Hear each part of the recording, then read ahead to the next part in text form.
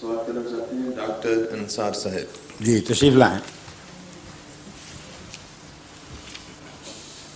وہ پیچھے بیٹھے ہوئے تھے, یہاں آگے نہیں تشریف لائے. جی انہوں نے یہ بعد میں سوال کیا ہیں, بعد میں سوال. کہاں سے ہیں ڈاکٹر انصار صاحب؟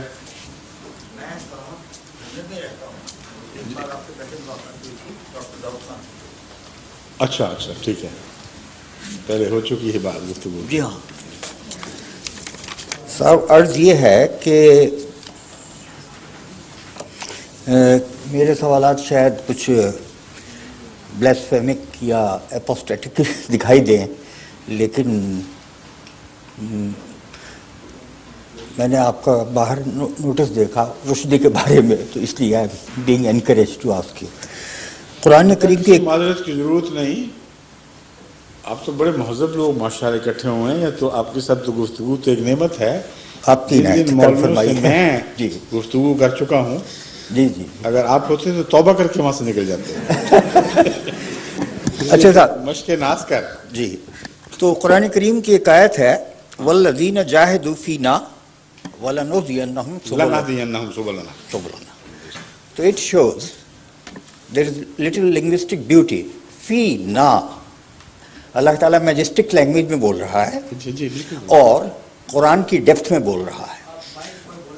I beg your pardon, I'm sorry, I'm not used to, I'm not a lecturer by profession. Sorry.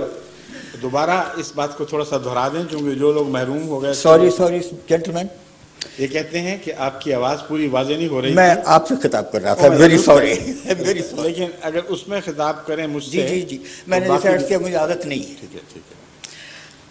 میں یہ عرض کر رہا تھا ہز ہولینس سے کہ قرآن کریم کی ایک آیت ہے والذین جاہدوا فینا فلنہدینہم سبلنا. لنہدینہم سبلنا. جی تو اس آیت کے معنی یہ ہیں, اللہ تعالیٰ کہتا ہے کہ اگر تم ہماری ذات گرامی میں جستجو کرو, تلاش کرو, ہماری گہرائیوں میں, ہماری ڈیپتھ میں جاؤ. فی میں لنگوسٹک بیوٹی ہے, گہرائی, اور نا میں اس نے اپنی شان دکھائی ہے میجسٹک. تو ہم تم کو نئے نئے راستے دکھائیں گے. تو اس آیت سے اور practical visibility of the time اور دی ورلڈ یو ول سی کہ سنت اللہ ہے ایوالوشن, پروگریس, چینج.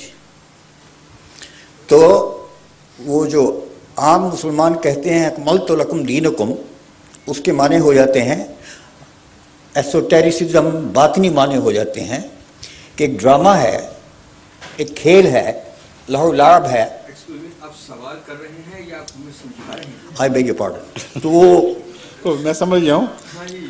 نہیں تو فکر نہ کریں, نہیں وہ مطمئن رہیں, اینڈ اپ ہوگا سوال ہی کے اوپر. گفتگو کرنے سے میں نے آپ کو پہلے ہی عرض کر دیا تھا کہ میں عادی ہوں, اس لیے شوق سے نہیں تو پھر سوال کا مزہ نہیں آئے گا. یا تو آپ یہ بتائیں کہ آپ کو اتنی عربک آتی ہے آپس میں پلیز. نہیں اگر آپ یہ بتائیں کہ آپ کو اتنی عربک آتی ہے. میں نے آپ کو مدعو کیا ہے نا. جی شکریہ. تو آپ برا نہ منائیں. جی اگر کوئی اور مہمان ادھر جاتے تو آپ مجھ سے بات کیجیے, کوئی حرج نہیں. وہ اسی لیے مائکرو میں گڑبڑ ہو گئی. فرمائیے. جی تو یہ میں آپ سے یہ گزارش کرتا ہوں کہ آپ کے سوال کی نوعیت میں سمجھ گیا ہوں, لیکن ترجمے سے اتفاق نہیں ہے. ترجمے کی غلطی کی وجہ سے وہ سارے سوال اٹھ رہے ہیں جو آپ نے چھیڑ دیے ہیں. تو میں عرض کرتا ہوں. میں ممنون ہوں. ہاں میں بتاتا ہوں اگر آپ صحیح ترجمہ. میں عرض کرتا ہوں. قرآن کریم میں اللہ تعالیٰ فرماتا ہے والذین جاہدوا فینا.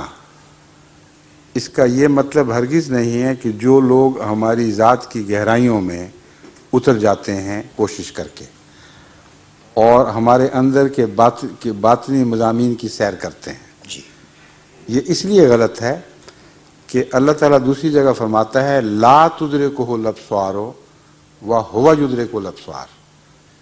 کسی نظر میں یہ طاقت نہیں ہے کہ وہ اللہ تک پہنچ سکے. لن ترانی موسیٰ نے کہا. وہ بھی نہیں, یہ اور بات ہے. جی تدرک الابصار کوشش کر رہے ہیں اور اس کے باوجود کسی نظر میں یہ طاقت نہیں ہے. ہوا یدرک الابصار، وہ ہے جو نگاہوں تک خود پہنچتا ہے. اس لیے کسی انسان میں طاقت نہیں ہے کہ اپنی کوشش سے اللہ تعالیٰ کی ذات میں کوئی سفر اختیار کر سکے. ہاں اللہ جس تک پہنچے گا اسے کچھ دکھائے گا.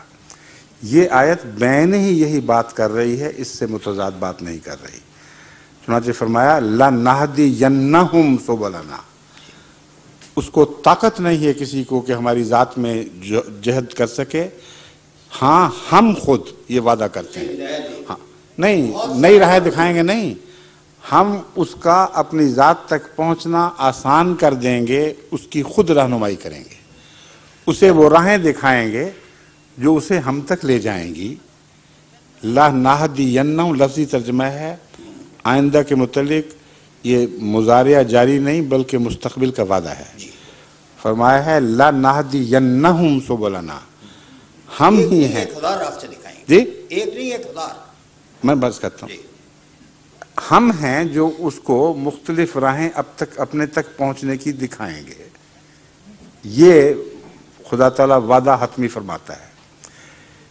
اس مضمون پر ابھی چند دن ہوئے میں پورا خطبہ دے بیٹھا ہوں اور اسی آیت کے حوالے سے تفصیلی روشنی ڈال چکا ہوں کہ اس سے کیا مراد ہے.